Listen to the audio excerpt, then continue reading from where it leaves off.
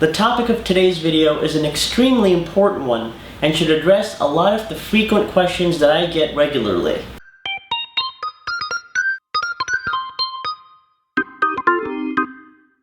It is important to teach a dog how to be calm and relaxed because unmanaged anxiety and excitement often lead to behaviors that are problematic for us. I want to explain and demonstrate today an idea and some techniques that I have constructed based on what we already know about the physiology and psychology of dogs.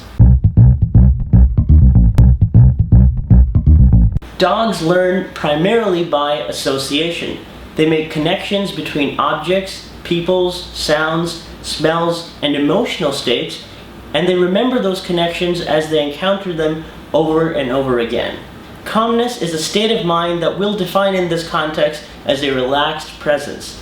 A dog who is calm looks obviously very different from one who is stressed or anxious. Proper regular exercise and consistent positive training are two ways to create this satisfied state in any dog.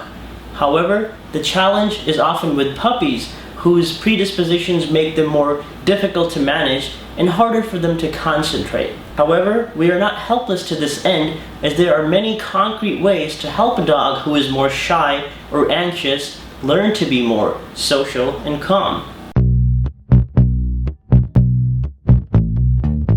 Calmness conditioning is the name for a set of techniques that I've coined, though I'm sure that there are many people who are familiar with them and use them successfully.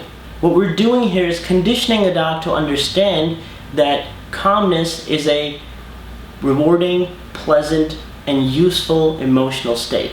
The first way to do this is by being prepared to reward your dog at very specific times throughout the day when they are choosing to show their calmness naturally. Notice how I swiftly yet calmly present her with a reward.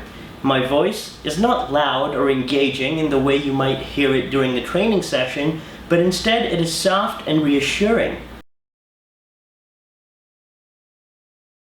What I'm doing here is making an association for her between being in a relaxed state of mind and getting rewarded. You don't have to spend much time doing this repeatedly throughout the day. In fact, it's better not to. Once or twice should be more than enough. The emphasis with this technique is on the long term, what doing this consistently would do over a period of few weeks to a few months. It may seem strange to do this if this is the first time you're hearing it, but it is very important.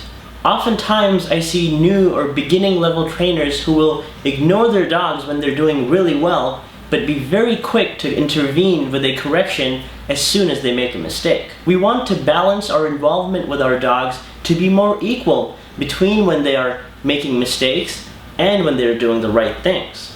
Massage and touch are the most powerful ways that we can communicate and bond with our dogs, which is why we use it so emphatically in training. Petting triggers the release of oxytocin in both dogs as well as humans, a hormone that has been linked to feelings of connectedness and love. To properly use this as a tool that can be used to bring on a state of relaxation, it has to be conditioned. This can be done by picking times that your dog is guaranteed to be relaxed and massage them so that they may associate being touched with a relaxed sympathetic nervous system. Times when I would specifically recommend doing this is after long walks, before bed, or any other time that you know your dog is tired or having a rest.